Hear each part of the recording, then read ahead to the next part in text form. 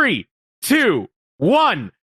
Somebody once told me the world is gonna roll me. I ain't the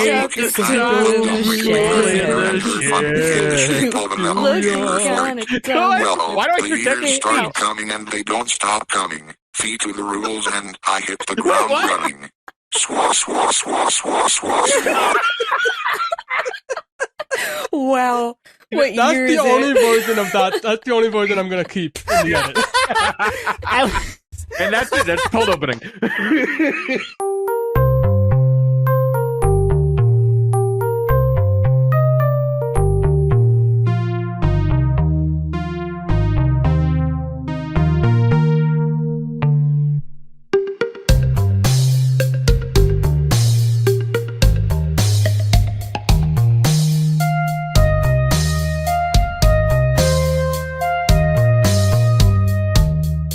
Hello, everybody, and welcome to Living The DreamWorks, episode 5. 5? Is it 5? Is it? I mean, it's been a while. Totally hasn't been a while since our last recording, but... Okay, fine, let me double check. That was me just adding on to... Welcome to episode 5 of Living The DreamWorks, where we talk about every single DreamWorks animated film except for the one that we just skipped. Because we're not going to... We're not doing the direct DVD, the video one. We talked about that last episode, but we're going to talk about it again because you're going to watch this episode more, I'm sure. Anyway. Yeah. We've jumped to 2001 to a film that really should not have even like released in theaters, let alone be as successful as it was. But it was. It was. It changed. I think this is like the movie that changed DreamWorks. Yep. Not just DreamWorks, but animation in general. But before we get to that. We'll get to that. We'll get to that when we talk about Shrek the Halls. Ah, yes, of course. The classic. Goes without saying. Yes. I'm of course talking about Shrek 4D, which I actually saw. I don't know. What is the one with the goat? What is like the Halloween special? Well, oh yeah, that's right. Scared Shrekless? I think so. I think so. We're talking about Shrek 1. Yeah, we're talking about Shrek 1. But who is talking about Shrek? Well, I'm Random Bystander here.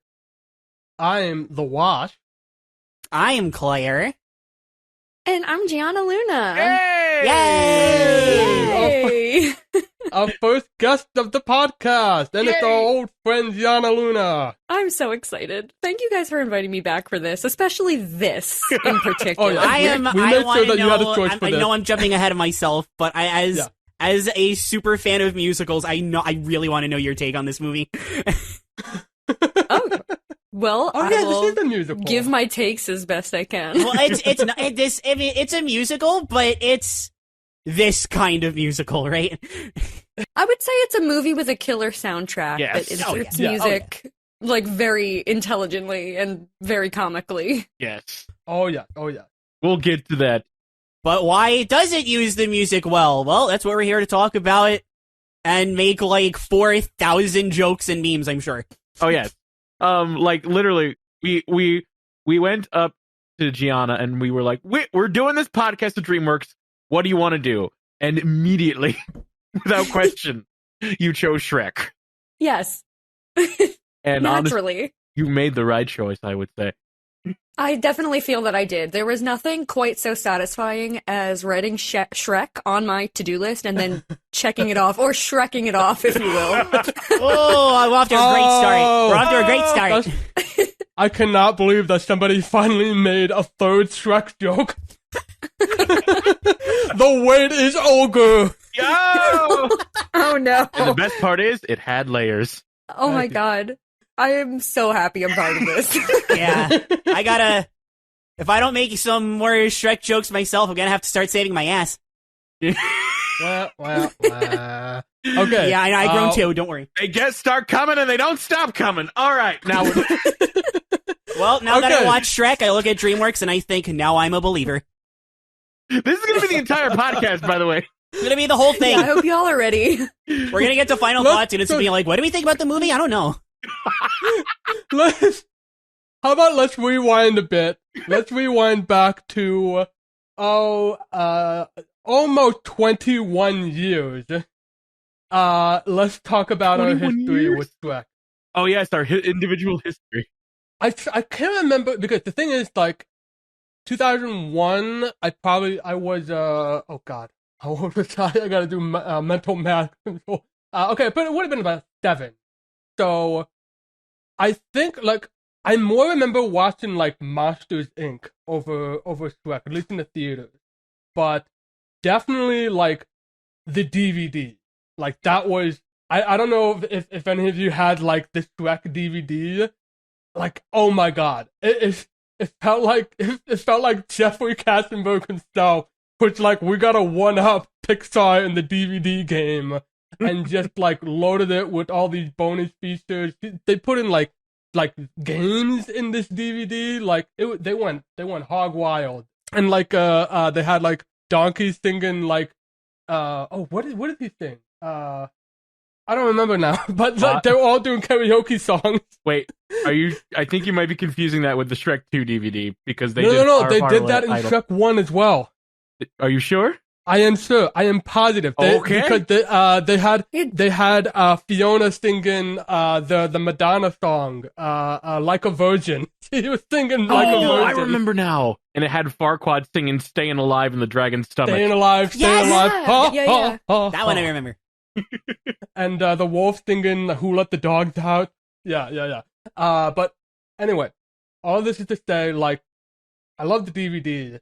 I also remember, like, thinking that the movie was, like, pretty good. Like, as a kid, I thought it was pretty good, and then I thought Shrek 2 was way better. And that's pretty much been how I was, like, I always thought that, like, Shrek 1 was kind of overrated. Like, it's fine, but I felt people who were just giving it way too much prep. Like, that's how I felt for the longest time. Do I still feel that way? We'll find out. I don't think I saw Shrek 1 in theaters. I don't think my mom took me to that. I remember, I don't remember if I got it on the VHS. Yeah, I remember those. Yeah. But I'm pretty sure either I had it or I would always watch it whenever I went over family. Like, we would, I felt like it was one of those films like, oh, I'm visiting my uncle?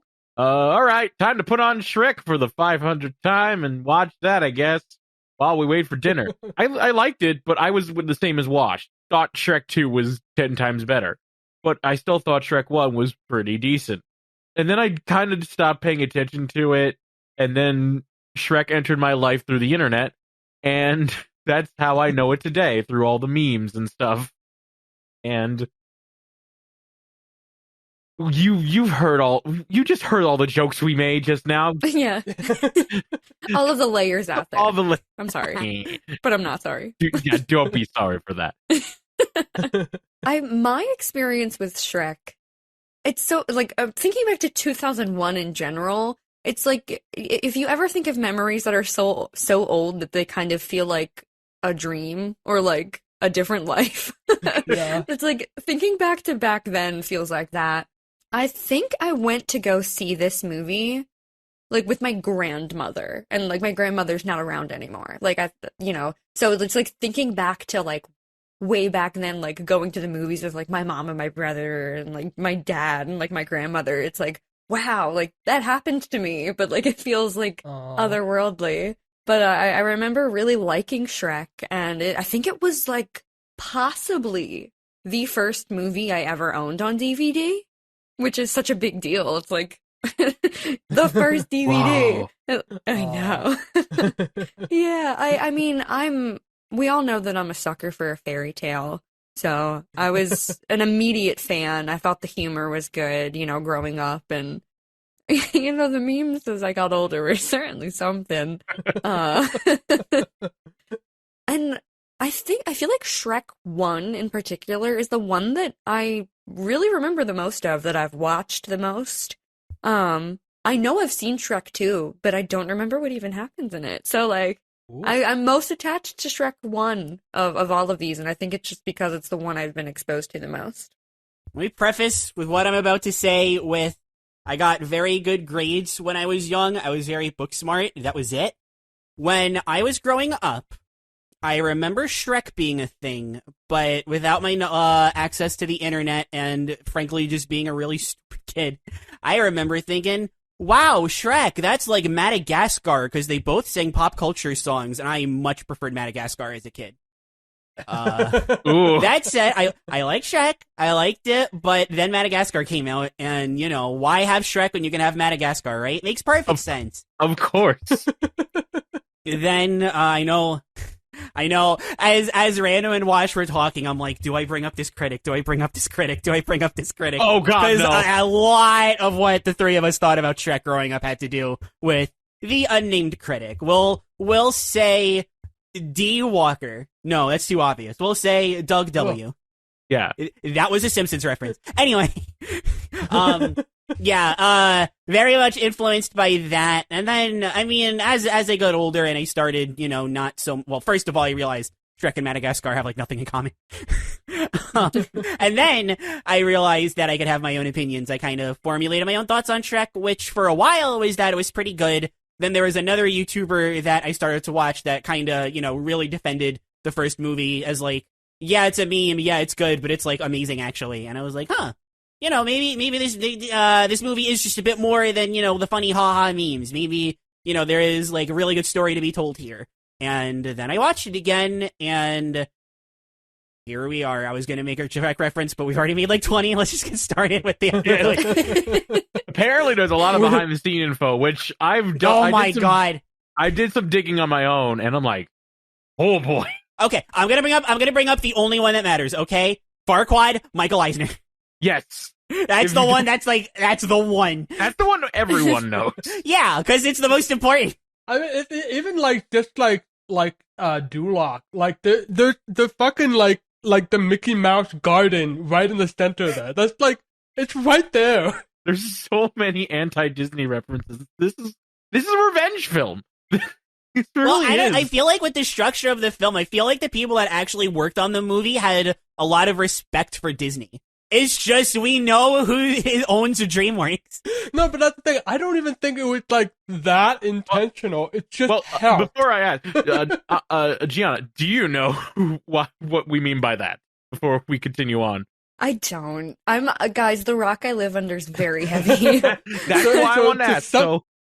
Yeah. So to summarize it super quick, Jeffrey Katzenberg, Michael Eisner, those two were together in Disney, and like they were helping to do like, you know, the Disney Renaissance and like and all stores. And and they had a big falling out. Jeffrey Katzenberg made his own company with Steven Spielberg, DreamWorks Pictures, and it seems like every film we do, we have to keep mentioning like Katzenberg's spite, because Katzenberg is still upset. Like the very first DreamWorks animated film was trying to go to beat like A Bug's Life, Ants. Like right, yeah. Like right from the start, and it doesn't get much better after that. Literally, the villain of this DreamWorks movie looking like Katzenberg's former boss. Yes, Michael Eisner. Yeah, who is his own. He's his own character. I'll say that. But yeah, this is not the Michael Eisner podcast. This is the Jeffrey Katzenberg podcast. That is a degree of petty only one can aspire to. Yeah, it's like yes. It's like I appreciate that petty. Just I don't appreciate the person. Yeah. The pettiness is what makes you tolerate him, right? Yes. Although he does it for other, like there's one thing I got to send you about Quibi that later we'll talk about it later. But it's just hilarious with that alone. There are other things like did you know originally Michael Myers was not going to voice Shrek? Yeah, it was someone else. That sounds like a familiar fun fact, but I don't know if I like knew it. You know, way back, because Steven Spielberg was the original one that like bought the rights to the book, which I've read by the way, and it's a good book. But way back, like they were originally gonna try to have like Bill Murray as Shrek, and who was gonna be Donkey? Steve Martin. Really? Random making like a sour face. And the thing is, Yeah. I heard from, and I've seen like That's what happened later. Yeah, there's later of it. Yeah. Yeah, later on they changed the casting to originally they didn't have Eddie Murphy as Donkey, but they were going to have Chris Farley as Shrek. Yeah. I think I heard that. Yeah. I don't know about Chris Steve Farley... Martin. That sounds like a terrible casting choice. Yeah. So again, this was like way back. I don't think they actually like did it. They were just like thinking like Steven Spielberg was just thinking like, oh, Bill Murray as Shrek. That would be perfect. They didn't understand what the movie was yet. And to be honest, they didn't know what the movie was like while they were making the movie. But like Chris Farley, because like the original version of it, like Chris Farley was supposed to play like a teenage Shrek, and the whole thing with that, like he was like kicked out of his parents' house, which is very similar to what the book was. You can find footage of this with like Chris Farley not being Scottish, just talking about like how he wants a home and he wants somebody to enjoy the time with him. And it's like it's very sappy, honestly. Yeah. Yeah, it sounds it. They recorded anywhere between like 70% and 95% of the film when Chris Farley died in late 1997. We're gonna get to the movie, we swear, but what were they gonna do with Shrek? Like, the first idea they had, they were gonna do motion capture? Which, it's like mid-90s CGI. Uh-huh. Motion, like they're not only gonna have like motion capture, but like the background was gonna be like live action. Oh god. So oh god, think of Yikes. Detroit Become Human, but in the 90s and much worse. Yeah. Yeah, so like they tried it out, and then like everybody hated it. That sounds Everyone hated cursed. it. They said It is it wasn't cursed. funny. It didn't work. It's not good. So then they did. I think they were trying to do like. So they at first they were like experimenting with like traditional animation, and then they wanted to do like CGI. And you can see like some early versions where like Shrek is like his head looks much worse than it does now. It looks like an onion. It It's actually like on a looks scale like of an 1 onion. to Mario 64, how bad are we talking? I would say Mario 64 like E3 presentation. That's how bad. Oh boy. Oh. Oh god. Like Yeah, Like yeah. the fake Luigi models. Oh, were- yeah. So at the time, like they were just finishing up Ants, and they said, okay, now we're gonna gear up to start Shrek, and they were spending about like a couple months, and then the lead of the film died, and that's like your whole like they were gonna think like they were thinking like, okay, should we like hire a sound alike and just try to record that last like 5%? Instead, they hired Mike Myers, who said, sure, I'll be in your film if you rewrite the entire film. So they did.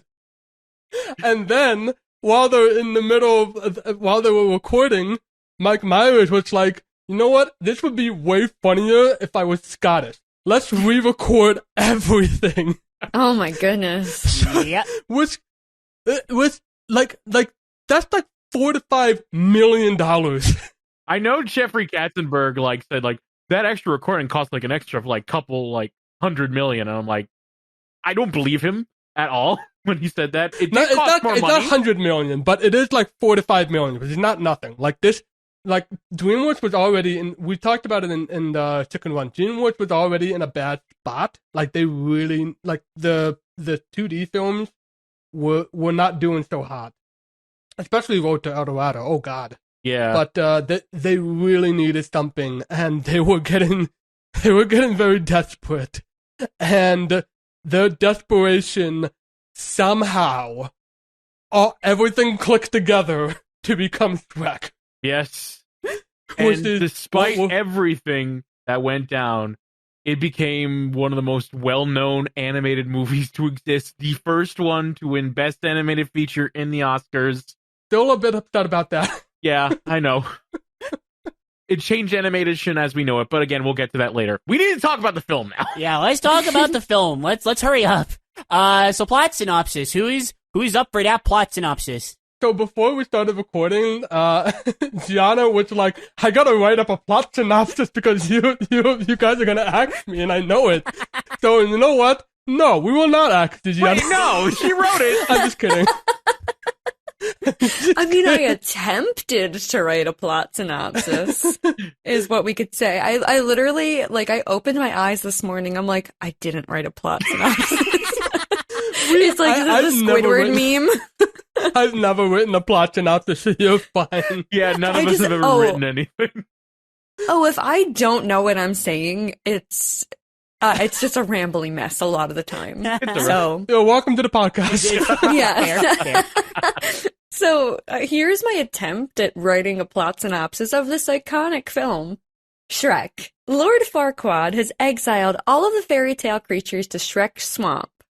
And Shrek, our big, scary green ogre protagonist, is super unhappy about this. Oh, by the way, I wrote this in Notepad with Comic Sans MS font. That feels like the way to do it. That feels The like That is 2001 the vibe, all-star of fonts, yes. Yes. So, Shrek sets out to Duloc to confront Lord Farquaad with his new annoying sidekick, a talking donkey named Donkey, only to find out that Lord Farquaad is seeking a champion to save Princess Fiona from a tower guarded by a fire-breathing dragon. Because Shrek took out all of Lord Farquaad's men, he makes a deal with him. Shrek will bring Lord Farquaad Princess Fiona, and he will give Shrek the deed to his swamp, forcing all of the fairy tale creatures out. Shrek and Donkey set out to save the princess, and, well, they succeed. It turns out the dragon has a little crush on Donkey, too, but we will revisit that later. As they journey back to Duloc, Shrek and Fiona bond and seem to fall in love along the way. However, the princess has her own secret. A spell was put on her when she was a child that turns her into an ogre at sunset.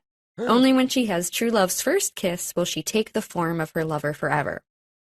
A misunderstanding occurs when Shrek overhears Fiona confiding in Donkey, saying something like, "How could anyone love such a monster or someone so hideous?" So, Shrek, in his anger, decides to hand Fiona over to Lord Farquaad, only to learn later that Donkey heard from Fiona that she was talking about somebody else, and not Shrek. So, the pair set out to put a halt to the wedding. When they arrive along with the dragon who guarded the castle, her from earlier, she was all sad and forlorn looking for Donkey, searching for her lover in the lands. She decides to help them out. They arrive at the wedding. The dragon literally eats Lord Farquaad. And then Shrek and all of Duloc witness Fiona transform into an ogre as sunset approaches. Shrek confesses his love, and Fiona loves him too.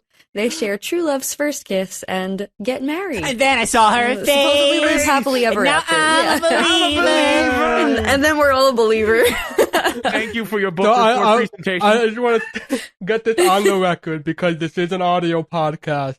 When you talk, as soon as you mentioned the misunderstanding, Claire rolled her eyes so cartoonishly. I love it. We're going to talk about that misunderstanding. Don't you worry. We We're going to talk about it a lot. We will. But thank you very much for that plot synopsis. Yes, very good. You're welcome.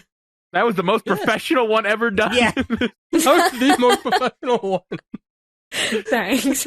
I'm nothing if not a little professional. Yes. It balances the chaos quite well. Yeah, I say this as a woman who had Oreo O's for lunch. That's so valid, though. So valid. Yeah. But yeah, it's a bit of an iconic movie. Again, we usually start with the characters, but we got to start with the opening of the movie, in my opinion. No, I can agree with that. I can agree.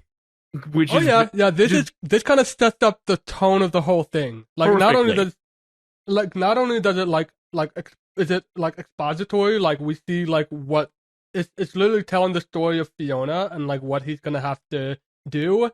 but as soon as he reads True Love's First Kiss, he grabs the page, wipes his ass with it, flushes the toilet, and then we get the Smash Mouth. Somebody once told me.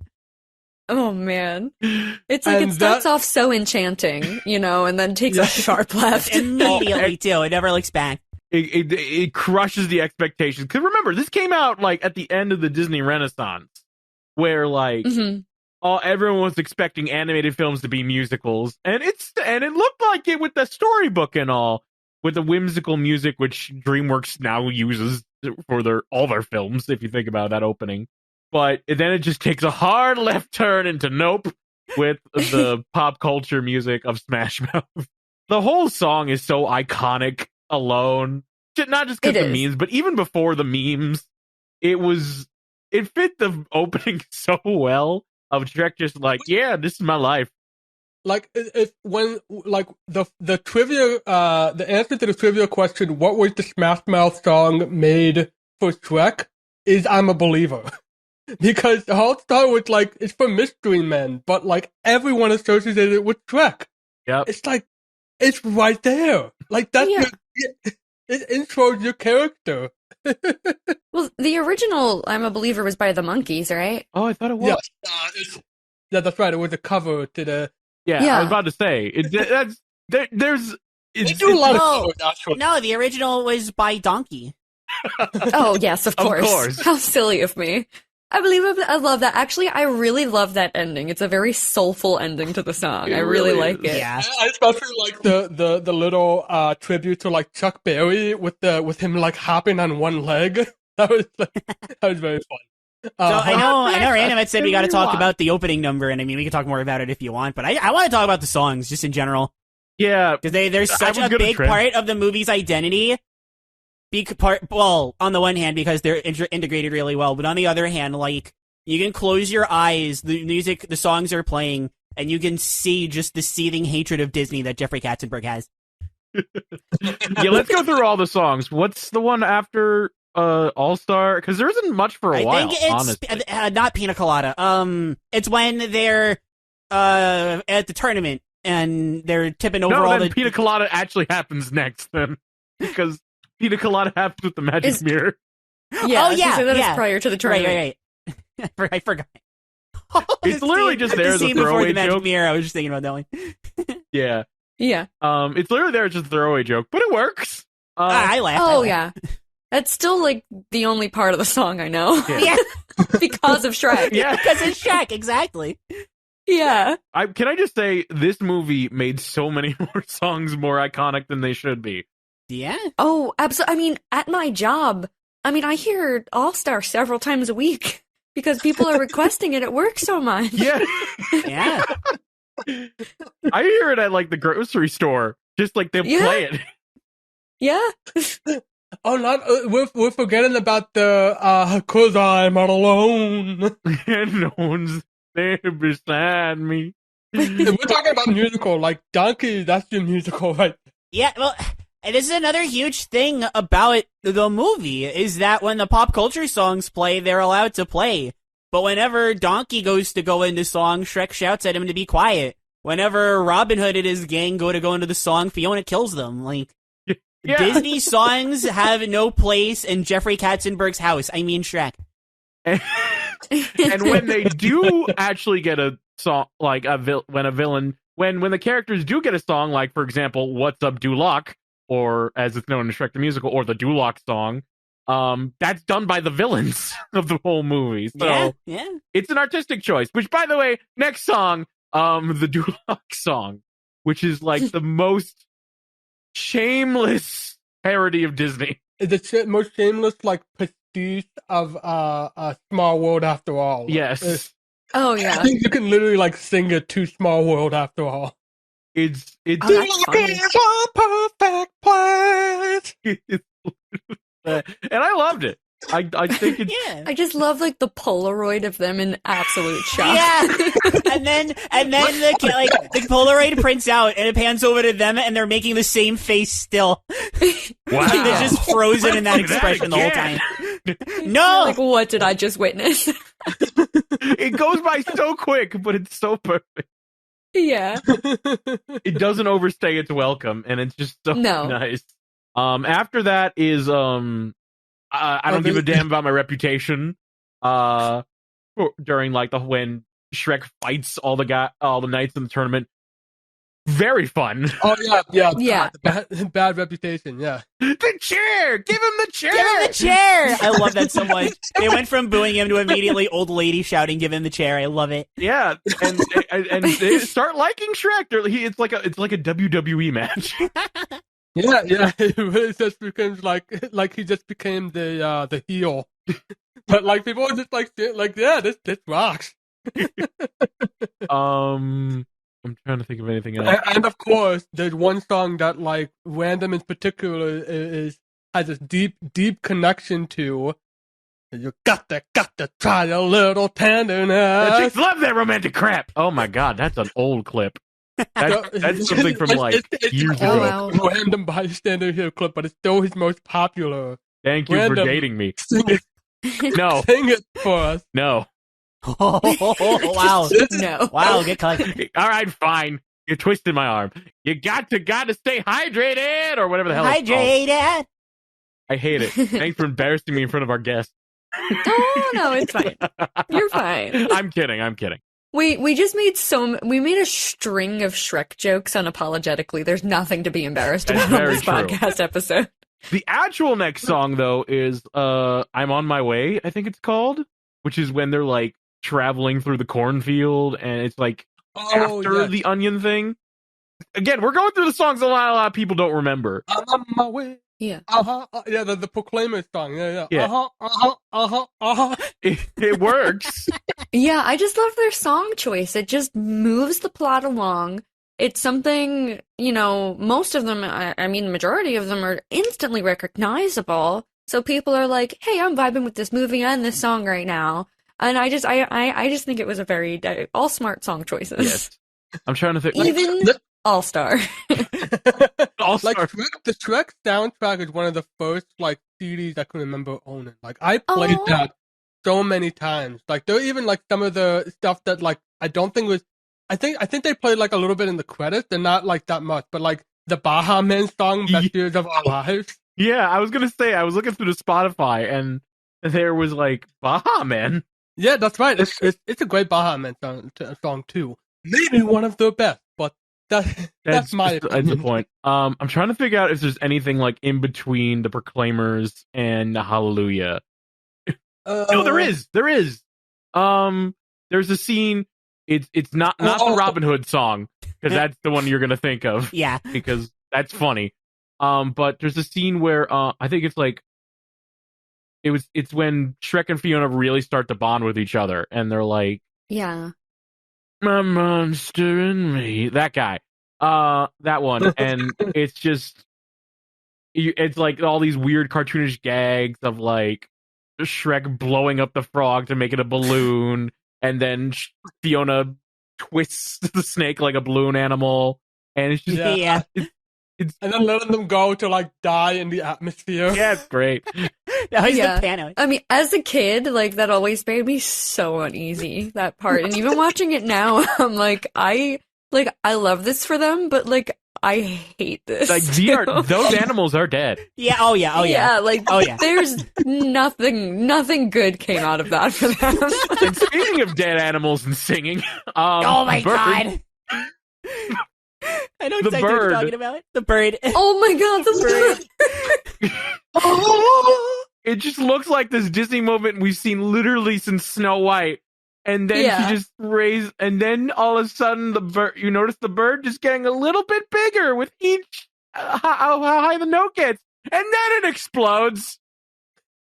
And like just feet hug the left. No, the part that gets me is that she sees the eggs and it pans to her cooking the dead bird's eggs. Again, as a child, I was like, no. I once heard someone describe Shrek as a rite of passage movie, like, oh, I'm old enough now, I get to watch Shrek. And it seems like this, that it's like, yeah, that's Shrek. That is Yeah. Shrek. And it's weird because, like, I thought, it's like, Jeffrey Katzenberg didn't want it to be, like, this, like, adult and, like, raunchy. He was, because they would have so many different directors, and this guy who's, like, a first-time director, like, he put his foot down, like, no, we're gonna do it this way, and look what's happened. Like, now everybody knows that, like, Lord Farquaad gets very, very horny. Visibly horny.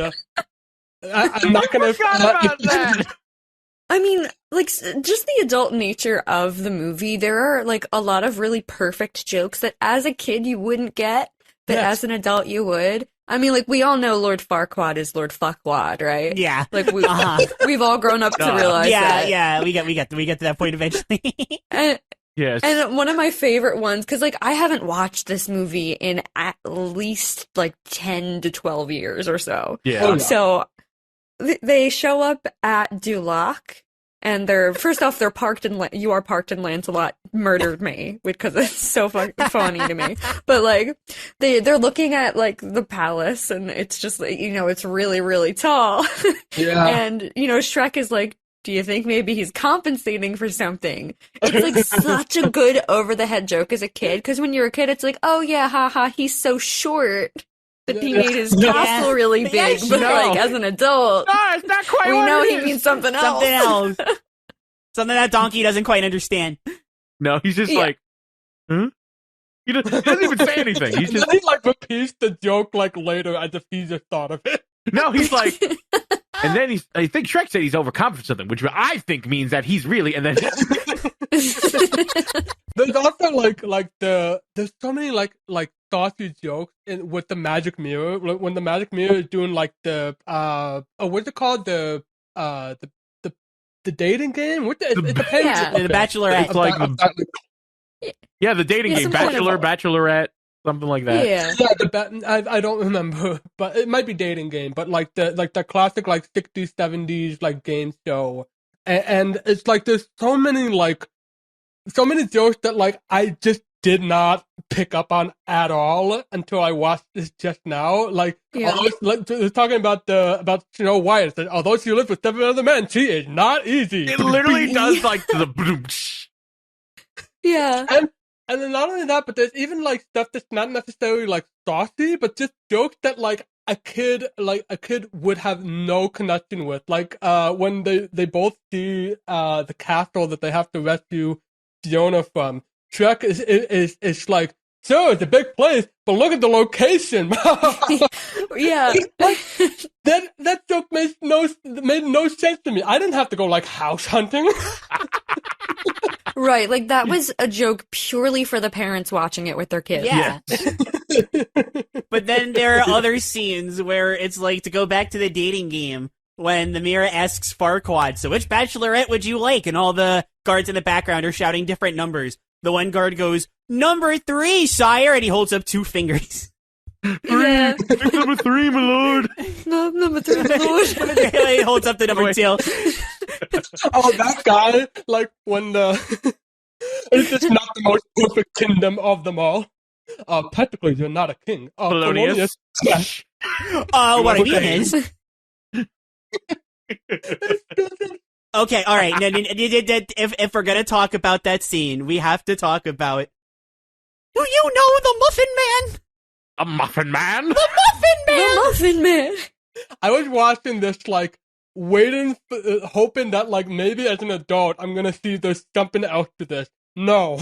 No, they're just reciting it. It's so reciting good. it. Like, it's that Yes, simple. exactly. This movie is packed with jokes, like back-to-back jokes. It somehow works as a feature film. Like, it's so good. I love when they bring in the one last Gingy. I love when they bring in the mirror. He asks the question, "Don't tell him anything! Anything! Oh, no!" In the trash bin. And then you see him later at the end with like With a the cane. I remember, like, as a kid, so many times with my friends just quoting, "Not the gumdrop button." Oh my God. Just over and over. It's literally one of the most quotable things parts of the movie. Just this random interrogation scene between Lord Farquaad and the fucking gingerbread man. Farquaad is interrogating him. He's running like he. What are the others? Hit me. I love when he takes Gingy's legs and he's like running around with them on the table. Literally, like while he's saying his evil plan, he's crushing his leg. That's so brutal. Me as a kid, as he's crushing his leg, I'm like, but he needs those. Yes. No, I mean, I remember feeling bad for a lot of characters in this movie as a kid, but as an adult, it's like that toughened me up. Yeah. You know who I feel bad for? Mama Bear. Oh my god. Oh god. Don't think I didn't notice that. It's alright. She's alive in a Puss in Boots movie. Yeah. Yeah, so like I first like I thought it was because like I noticed like obviously I noticed like there's a shot where like the baby bear is like crying to Papa Bear and like we don't see Mama Bear, what's going on? And then in the Farquaad, like they could have put anything there.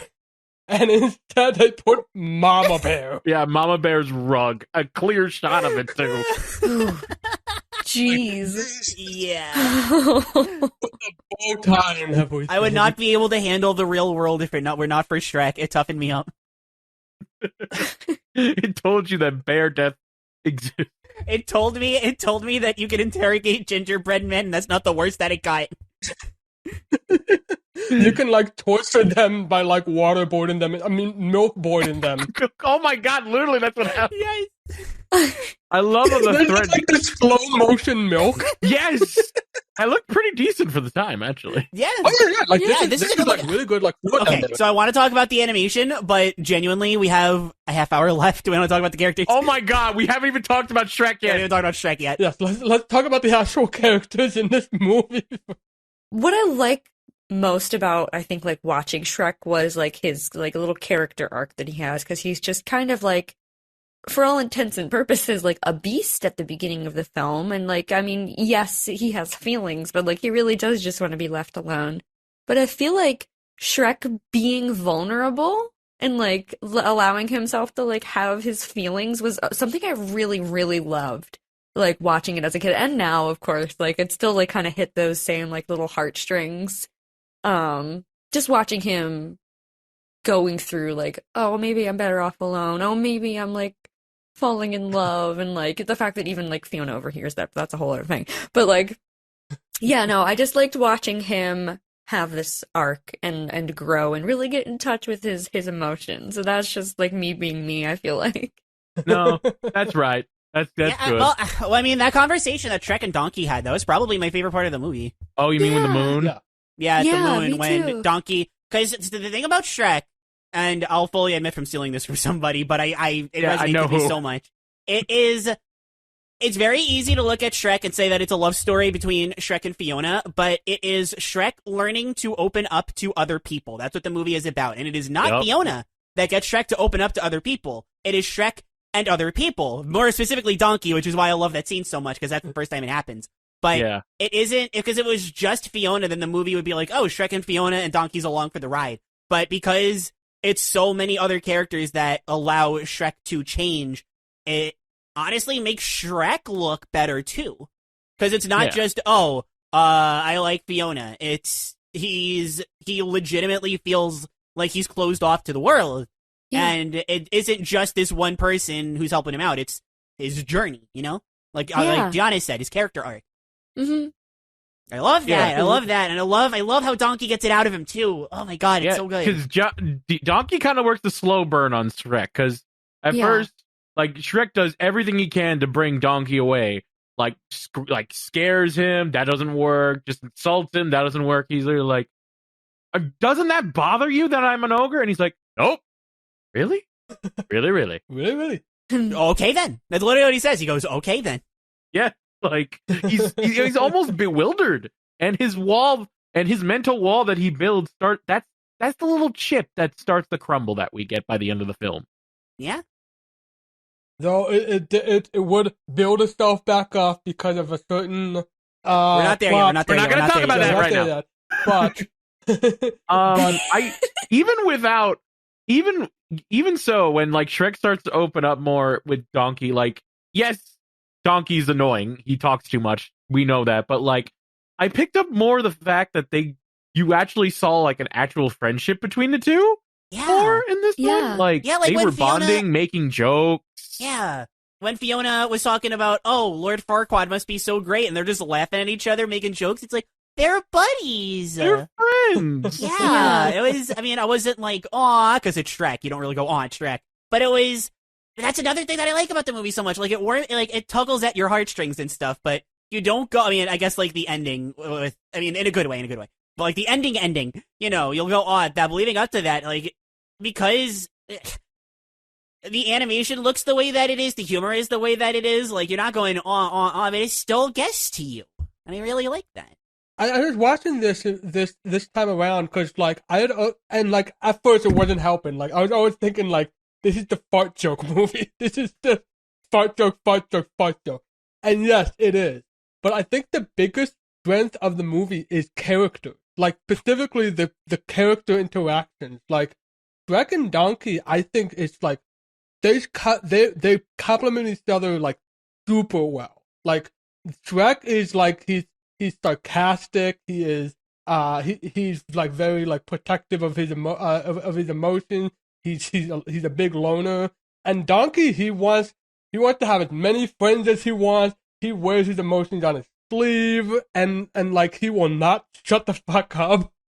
Like, the big part of that campfire scene is that, like, Donkey just he wants so much to, like, talk with people and, like, get to know people. Like, there's a bit towards the end where Donkey says, "What's the point of being able to talk if you got to keep secrets?" Like, that's Donkey's character. Yeah, yeah. Like that's his whole. I know I'm already talking about Donkey, but, like, it's hard for me to talk about the two without each other because, like, they just work so well. Although, like, that intro with just Shrek at the swamp really sets him up super well. Like, I think what really helps with Shrek is that he's very resourceful. Like, the earwax candle, which I still, like, hate looking at. Like, it is very disgusting, but it also, like, sets the seed of Shrek, like, making do when he has to, like, do something. He steps straight forth and he uses whatever he's got. So when he's inside that castle, like, it makes some sense for him to do, like, some of the very basic stuff he does to defeat the dragon, like like taking up like armor from, like, dead bodies, or using a sword, not to, like, stab the dragon, but to, like, trap it inside a web of its own, like, leech. It's like, oh, cool. This feels earned. It's weird to see that. Yeah. Normally, especially with a movie like this is normally as good as a movie it could be. This is normally a death sentence for me, but not for Shrek. I will say, ignoring memes and I think of this about a lot of the movie in general, but we'll focus it to Shrek and Donkey. I don't think it's that funny, but I think that makes it better. Like, it's definitely trying to be funny, but I think the fact that it works just so well for Shrek and Donkey, like, I mean, I'm not saying, like, it's devoid of any joy. I'm not saying it's, like, that bad. I'm not even saying it's a bad thing. It's just, I'm hearing, like, Eddie Murphy, be funny, right? But I'm not really laughing, but I'm so into it. Yeah. I wasn't laughing out loud, and even if I was, it would be more like, it's funny because they're saying this together. Like, it wouldn't be funny if it wasn't them. Yeah, exactly. I mean, it broadened the scope a little bit. I mean, like, if Gingy was on screen, I was laughing. Farquaad had some good jokes. There were a couple really good ha-has here and there, like Fiona and the Bird. But, again, like, really, I think Wash put it best. The character interactions are what really is the best thing about the movie. Anyways, Gianna, you were starting to say something. Oh, no, yeah, I was gonna say a lot of the laughter from me almost just comes from the nostalgia that the film has. Because it's not necessarily that, like, I'm laughing because this is funny. It's I'm laughing because this was really funny to me when I was, like, 8 or whatever when I saw this. I think that like intro stuff probably would have like grated on me if I wasn't like so familiar with it. Like him, like all the stuff with the slug and the stuff with the mud shower, which I found out like that when they were doing that, they like dropped mud on an actual like animator just to see like, oh, so that's how mud works. So there was just like torturing like an animator or maybe like an intern. I don't know. I bet Jeffrey Katzenberg had the bucket. I bet. I can neither confirm nor deny. I don't know how much time we have left, but I want to talk about other characters besides. I want to talk about Donkey. Yeah. In general, because I'm gonna say I love Shrek 2 more than Shrek 1, but I think Donkey is better utilized in Shrek 1. Because he just seems a lot more innocent. I would have to see Shrek 2 to find that out. Yeah, I need to rewatch Shrek 2 to find out, but as of now, I think Donkey is better in Shrek 1 because he seems a lot more innocent and like wide-eyed, and he's just like less sassy, more curious. Like he does have his sassy moments, don't get me wrong, but he's also just like really curious and he's very genuine. It's so weird when like you hear people talk about Shrek and you look at Shrek, like the movie. You don't think it would be so genuine, but it like this. I don't mean this as a slight against Shrek 1. This is a very broad sentence, but Shrek 1 is genuine and Shrek 2 is funny. Like I really like Donkey here, but as someone who has seen Shrek 2 pretty recently, like laugh riot in Shrek 2. Like I said, I know I have seen Shrek 2, but I don't have a lot of vivid memories of it. So, like, I'm looking forward to a rewatch myself. Oh yeah. I'm to spoiler, like I actually like this a lot more than I used to, which is now making me even more excited for Shrek 2. Yeah, right. There's not a lot, but like the 2 or 3 moments that Donkey and Fiona have together, I thought those were very good too. I kind of like that, you know, this isn't just Shrek, Fiona, Shrek, Donkey. You know, Donkey and Fiona have a little bit of time to have some stuff going on too. Like even when they rescue Fiona and she is praising Shrek, Donkey goes, "Oh, what about me?" And she talks about the noble steed, and Donkey gets all happy. And then Shrek takes off the mask, and she finds out he's an ogre, and she starts insulting Donkey, and he's like, "So much for noble steed." Noble steed. Yeah, like little stuff like that. Even from like his first introduction, where he's like, "Fine," he's like, "You ain't never seen a donkey fly." And yeah. If I were to quickly comment on Donkey, I would just say I feel like everybody needs a donkey in their life. Yeah. Like he's a ride or die. Yeah. Yeah, a noble steed. Like very loyal. A noble steed. Yes. A noble steed or die? Like I don't,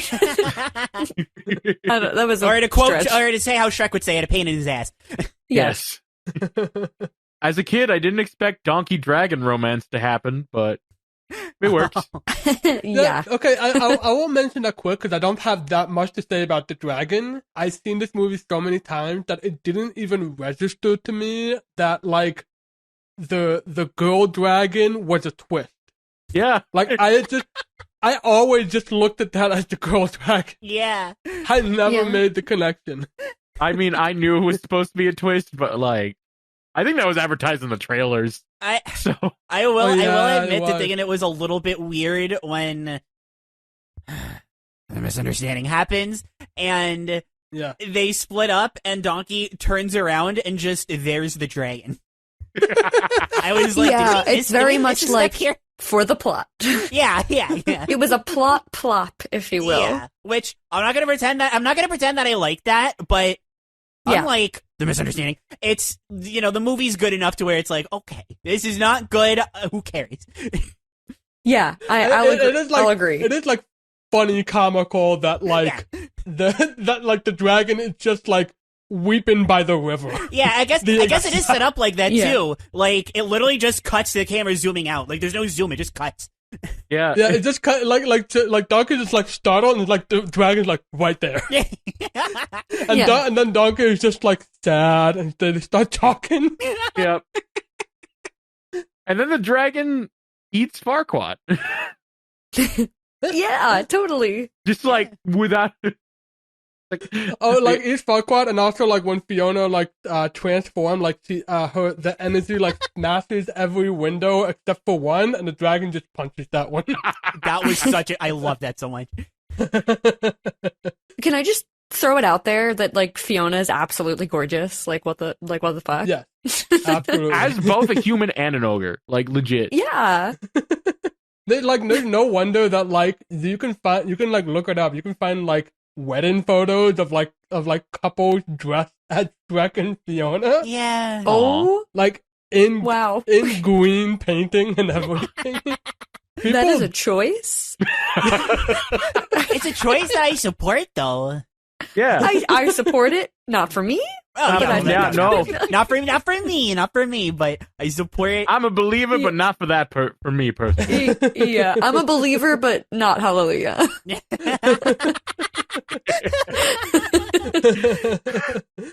And then I saw her face. I'm divorced. If we are going to talk about... Sorry, I did that right when Gianna was like going for a stamp. I apologize for that. We almost had a spit take.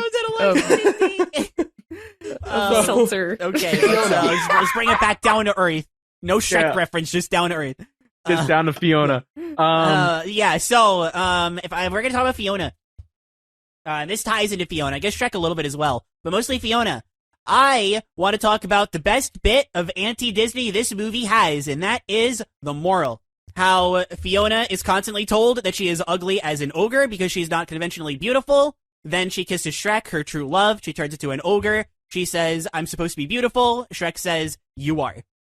Love it. Love it. Yeah. Love it. Love it. Love it. I Love love it. it Love too. it. Love it. And to tie into that anti-Disney, like just like the concept of her character, it is like the like from the start, like she was like talking like but oh nighteth or whatever, and like all Shrek was said like, you've had a lot of time to plan this, haven't you? Like that's kind of her whole thing, is that she's been in this tower, and they expand on this in Shrek the musical. She's been in this tower for most of her life. Yeah. And like all she can think about is like the big reward at the end. So she's just like she's like itemized everything that's gonna happen, and none of it is working. And her whole world is just kind of like falling apart. It's really humanizing. like she's still like trying to be like the sweet princess, and she is the sweet princess, but she's also like, she knows she's had so much time that she like learns kung fu just in case. Just in case? Yeah. And she also has her moments too. Like at first, like her and Shrek really don't get along at all because Shrek is just like, I just want my swamp back, and Fiona's like, this is not my prince. Yeah, it's like the least romantic fairy tale rescuing ever. Yeah, exactly. And then any semblance of a moment they can have, there's Donkey, right? Like least romantic. Yeah. Fiona is peeking out of the corner during that whole scene with the moon, and she sees what Shrek's going through, because while Fiona's only ugly at night, to quote Donkey, Shrek is ugly 24/7. So she kind of sees that, and she lightens up a bit, and then they start to bond, and then you know what happens. Yeah. It's really it's great. It's a nice character growth there, and I was like, oh shit, and then it's very organic. The chemistry is very organic. Yeah. I think like there's a couple stuff where it's like it's a bit of a stress, like her like eating like bugs and rats. It's like a bit of it, but I guess that's her ogre side. Yeah. I don't know. Like that's how I was trying to see it. I just saw it as when you're in the castle for that long, you make do it. Yeah, I was about to say, what do you eat? What do you eat in the tower? Yeah, I guess nobody's really bringing her like silver platters. The dragon isn't. All she has to do is be like, dragon. There you go, cooked rat. Oh, yum yum yum. I feel like the girls would have bonded at one point. There's definitely a chance. You know, the dragon. Oh, the dragon. Yeah. I was like, the girls. Yeah, they probably would. Yeah. Maybe. Who knows? The goyles. The goyles. One of my favorite Fiona moments is when she's at the castle in Duloc and she's like ready for her wedding, and she's looking at the cake, and she just like lowers Lord Farquaad's cake topper to be his true height on the top of the cake next to her. Yeah, is this a good time to talk about Lord Farquaad? Yeah, let's do it. We talked about him earlier with the Muffin Man scene, but he's literally it was really just with Gingy. We didn't really like delve into what makes Farquaad he's just what makes him so short-tempered? Yeah, I know. I can't think of anything to top that. No. I mean, I did write a note down of when Lord Farquaad goes to collect Princess Fiona from Shrek. He's riding on his horse, and he has like a leg extender. Yeah, he has leg and hand extenders and arm extenders too. Like you can see, like he takes them off. You can see they're still like holding on to the horse. Yeah, they're like part of the saddle. That is still just as funny to me now as it was when I was a kid. Yep. I don't know why, but he's just funny. And when he like he's on like one knee and like he's holding like Fiona's hand and Fiona has to it's just like pulled down. Yep. Another interesting layer, if you will, to this film is Lord Farquaad. Like I'm just thinking about this now. His whole thing is like not accepting who he really is. You know, he's constantly either compensating for his height or like trying to make himself seem taller than he actually is, whereas Shrek fully embraces who he is and he helps Fiona do the same. So like that's an extra like protagonist-antagonist difference thing that I that's a good point. Kind of just picked up on right now. He doesn't care about Fiona. He doesn't care about his people. He doesn't care about anything. He just cares about being the king himself. And that is it. And getting rid of all the fairy tale creatures and their oddities and making the perfect kingdom in his eyes. Being king, getting rid of fairy tale creatures, and so on and so forth. Pretty much. Some of you may die, but it's a sacrifice I'm willing to make. Oh my god. One of the best quotes. Like that's something I still say so many times. I'll be honest, Farquaad didn't super do it for me, but so on and so forth, and that's a sacrifice I'm willing to make. Like how do you not? He's not the strongest DreamWorks villain out there, but he's an iconic one. And again, for sure. Michael Eisner. Can't help but think about Fairy Godmother, but that's just not fair. That's just not fair. Oh yeah, that's not fair. Yeah. Like Kung Fu Panda villains comparing to the Fairy Godmother is unfair. Like it's just not fair. Oh yeah, but we got a long while to get to there. I'm surprised that we've done so many episodes of this podcast and we've not once had to talk about John Lithgow, because I think he's what makes the character. Yeah. Like, the performance rules. His voice really like I think without that voice he would have just been like a flat line. But the fact that he's so like booming and confident in that tiny body is what super sells this. That's one of the best casting choices of the whole thing, honestly. Yep. Even if the character is like more or less like fine, I think that's the big one right there. We could talk about the animation, or we could talk about the thing that Wash wants to talk about so bad. Oh yeah, I forgot about the misunderstanding. So let's real quick talk about the animation, because I actually do have some thoughts.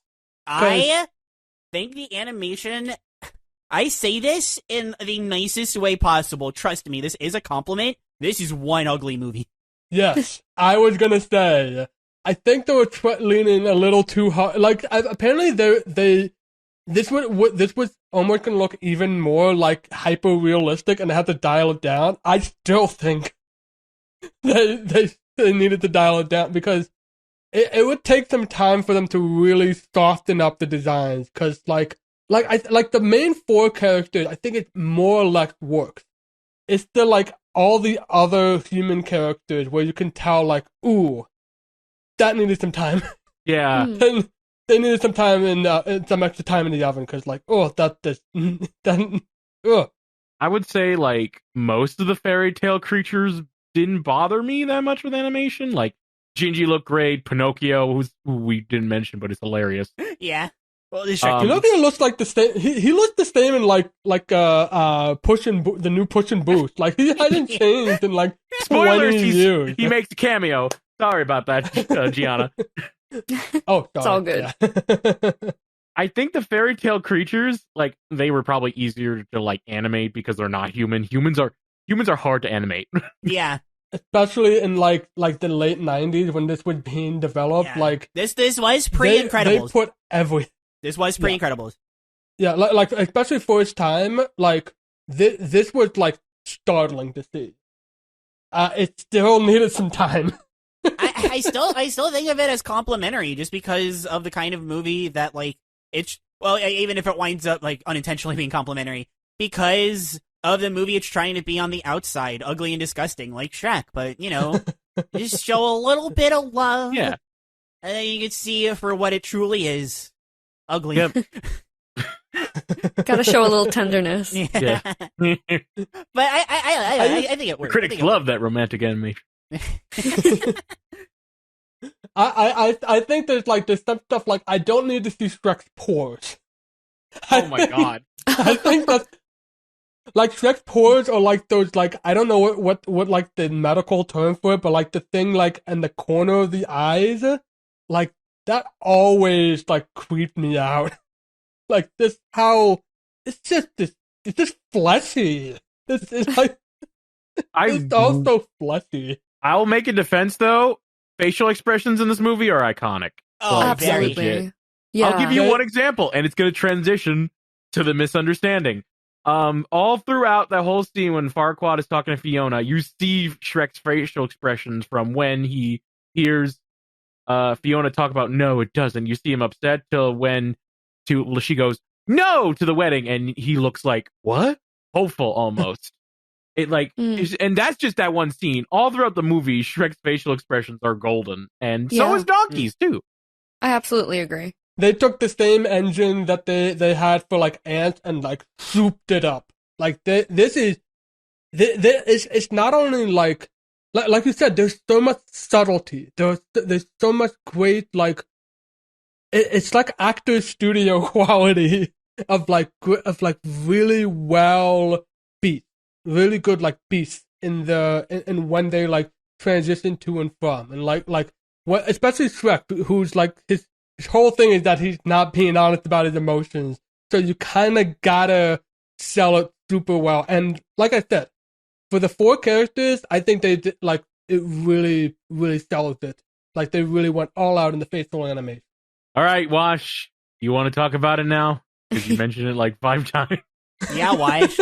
Yeah, buddy.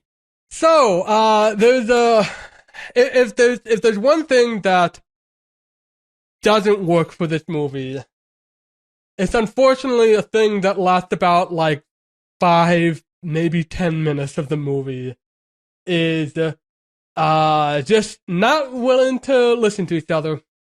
Yeah.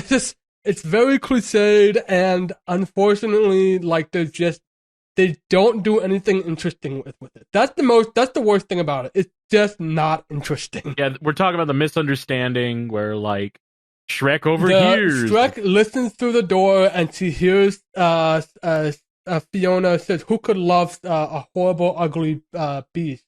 That's why I can't. That's why I can't marry Shrek."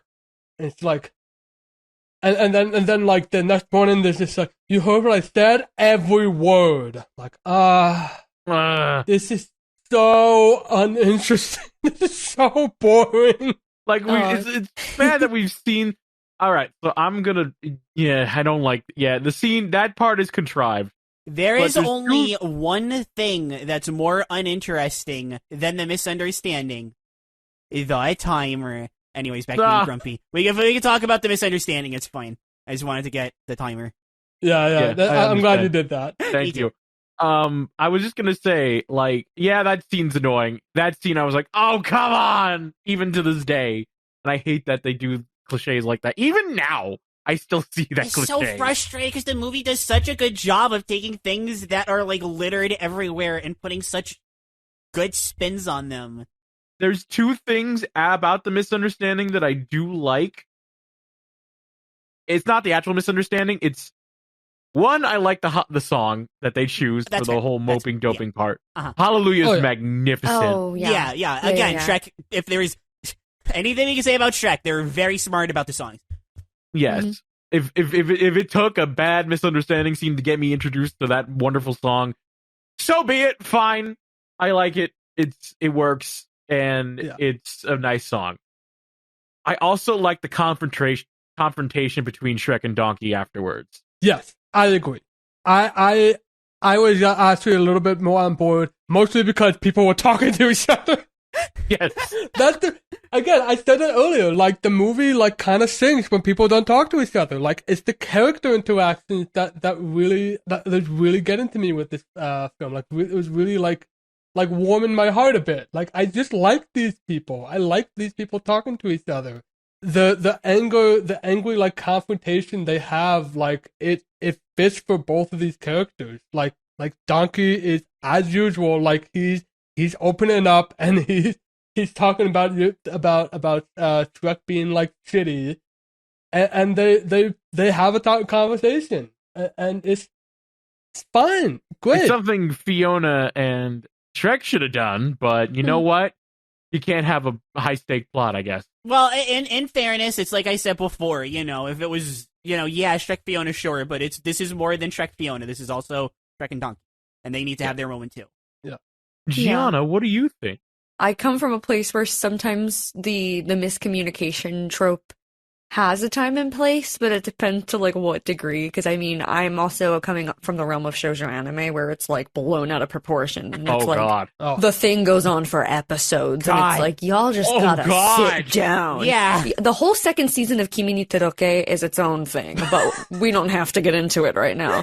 But, I was sitting here trying to think while you guys were talking how else the film could have accomplished what they wanted to accomplish, because I think they wanted to have that moment where Shrek had to show up at the altar, and it's like, how do you do that without Fiona willingly going with Lord Farquaad and kind of, like, allowing it to happen? So it's like there had to be something. They were so happy together that they had to, like, be torn apart, and I kind of feel like the miscommunication kind of leads into a really cool climax of the story, and I understand it's definitely frustrating, like, watching it. It's like, you could have just, but I'm not, like, mad at it. The thing is, on one hand, like, yes, you are right, it does lead to a great climax, but as a writer, what you could have done is, you could have, the whole Shrek thing could have just been internal, like, something else happens where Shrek doesn't believe he deserves Fiona. Oh, okay. Yeah, and that's it. And then he just takes her to Lord Farquaad. The deal goes as planned. Then Shrek and Donkey have that final talk, and you see Hallelujah. Because in a way, Shrek still gets miserable from the fact that he's turning his long-lost love, even though he is getting his swamp, but he's shutting in his emotions. He doesn't want to feel it. He knows the world. I think the misunderstanding adds that sting, like, oh, wow, he's right. Time to build back up those walls. But it still could technically work. I just don't think it would have been as strong. So I feel like the misunderstanding is a necessary evil for this film. I agree. I really like your alternate, though. That's an interesting take. I prefer that alternate, actually. Just straight up, I think it would have worked better. Because there's nothing about Shrek and Fiona that doesn't work. What doesn't work is internalized within Shrek. So actually having that be the root of the problem instead of bad writing. And not just that, make it internalized with Fiona, too. Oh, absolutely, yeah. And then Donkey is the one who, like, be like, Shrek, come on. If the misunderstanding was just a little bit tuned, it's just tuned a little differently. Because, again, my issue is that, like, there's just zero surprises. Like, it's going through every beat, and it's just not that interesting. If they had put in, like, just a tiny bit of a change to make this more interesting. It's the misunderstanding is not dead on arrival. I've seen misunderstandings that work really well. It's just exactly not this one. Like, not this one. This is what frustrates me more than anything else, and it was so when I realized why it's so obvious in retrospect, but up to this point, like, God, I was loving this movie so much. It was so much fun. And it was constantly pulling, even if I knew what was coming, it's like, hey, that's a nifty little surprise. That was fun. I like it. Yeah. You heard what I said? Every word. Darn it, this movie's worse than Ants. Bummer. I'm kidding. But still, it's just like, come on. It was so good. You're right at the finish line. And you know what's also right at the finish line? The timer. Yeah. Yeah. Which was about like 8 minutes ago. Probably longer. But okay. Final thoughts. Who would like to go first? Would our guest? Oh, sure. There was a joke that I wrote in my notes that I really never figured out where to put it in here, but Shrek is like Beauty and the Beast minus the Stockholm Syndrome. Random will take umbrage with that. He's seething right now. No, you're right. You're right. He's seething. No, I love Beauty and the Beast. Yeah, if you ask me what my favorite Disney golden era film is, it's that. So I will say it with that in mind. No, I agree. I agree, but continue. Yeah, just going on this journey again after it's like this film has been in and out of my life since I was very, very little, and it had an impact on me as a kid, and watching it now as an adult, I have a different appreciation for it, and I love it so much. It's brilliant with the music. It's got some really good jokes, and it's just packed with character. Better than I remember. Majorly. It still has some problems. It still has some issues, and I don't know if I like it more than Shrek 2 yet. I'll find out when the time comes, but I really enjoyed it. And I don't know if it's because of nostalgia. I'm sure that played a good factor in it, but I really think it's because of the characters. The characters, and mostly Shrek and Donkey. They carried the film for me. And I really enjoyed whenever they were talking, and the jokes and the music. It was all really, really good. And I wind up liking this film a lot more than I thought I would. Because this film is more than just the memes that have birthed it. It's more than just somebody. It's a great film made with impossible odds. But it has a great story and even greater message. Don't know where I would rank it in all the DreamWorks movies we've seen so far, mostly because I don't remember my rankings, but I think it's up there with Prince of Egypt. I don't know if it's better or not. I need to rewatch them both again, but it's up there. As I said earlier, I actually like this more than I was expecting to, and I can confirm this was not nostalgia, although the nostalgia probably helps to go past some of the really gross and awful parts. Yeah. But it is specifically watching this as an adult and realizing all those little gags that they throw in, all those lines that as a kid I just thought it was weird. That's what I thought the joke was, that it was just them being weird, not them compensating for something. But yeah, like I said, the big strength of the film is character interaction. I think they kind of it helped that Jeffrey Katzenberg is eager for a sequel. Please give me a sequel. But I think it especially helped that they kind of found just the right trio. Let me take out fuckwad. The Shrek, Donkey, Fiona, they work together so well, and you really get to know these people, and you really get to know where they come from. I'm very curious to see where this goes for Shrek 2, because now I'm a little worried about Donkey and Fiona, but that's something that we can get to later. Aside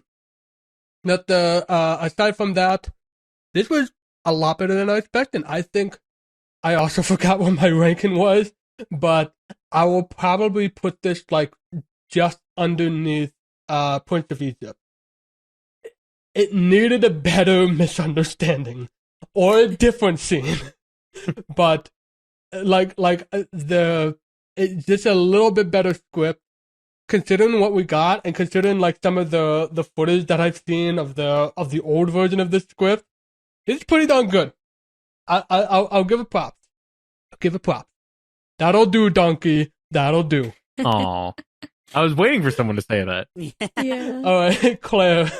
Alrighty. So, what seems to be a trend here, this was definitely better than I was expecting it to be. I was already warming up on this movie coming into it, but I did need that final push, the final push just being watching the darn thing. And having sat down, fully watched it, really good. I think, even if it's inadvertent, I really like that a lot of the aspects of the movie are ugly on the outside, but if you look at them with a little bit of love, you could see, just like the title character, there is a lot to love. And I really like when the entire package can come together like that. It isn't just the writing. I mean, the writing is absolutely where, you gotta nail it the most, writing and character. But this isn't a book. This is a movie. How are we gonna take these songs? You expect, these bright and cheery original numbers. No, you got these pop songs. Okay. This animation, how about this bright, colorful animation that is so filled with imagination, and it's like greens and browns and ogres. Okay. It's just, but it all, as an artistically, it all works. And tied with that moral of, it's what is on the inside that matters, not on the outside. It all, again, inadvertent or not, it all just comes together and, it makes you feel all the little fuzzies on the inside. Misunderstandings are horrible. Anyways, so, unlike Random and Wash, actually I have my list right in front of me. I write it down, I'm prepared. But it doesn't matter, because we all put it directly under Prince of Egypt anyway. I will say, though, this was pretty hard for me. Not so much Prince of Egypt. As soon as the misunderstanding happened, I was like, okay. Before that, it was actually pretty tough. Is this better? Maybe. And then every word. Okay, it's worse. But, I like Chicken Run a lot. So I was kind of thinking, is this better than Chicken Run? Is this better than Chicken Run? But, I mean, Shrek had a bad moment. Chicken Run had a rough, middle. So I'll give the point to Shrek. But I like Chicken Run a lot. I'm not trying to diss on Chicken Run. Great movie. Genuinely, I think great movie. But, Shrek is more than just a great movie. It has themes. Because I just realized when I was explaining, the whole history of it, I forgot to mention that, before they hired Mike Myers, the other people that they were considering to replace Chris Farley were Leonardo DiCaprio, Tom Cruise, or Nicolas Cage. Oh my God. So that's why it took Nicolas Cage so long to pay off his debt. Nicolas Cage was actually asked about this on the Today Show, and he said, "Yes, this is true." And he says well, the news said it was because of vanity. I think that's a bit strong, but the truth is, so his thing is that he doesn't want to be ugly. He doesn't want to play somebody who's ugly. God. It's he said when you're drawn in a way, it says more about how children are going to see you than anything else, and I still care about that. So, Shrek crossed the line, but Grug from The Cruise, that one was fine. Hey. Oh, man. We could have had Nicolas Cage, Donkey. Nicolas Cage as Shrek. Oh, man. I love Mike Myers' performance. That's timeless, but it's so funny to think about. It's so funny to think I kind of want to see Get it. out of my swamp. Oh, man. I literally can't imagine it. And on that note, onions have layers. A, B, C, D, E, F, G.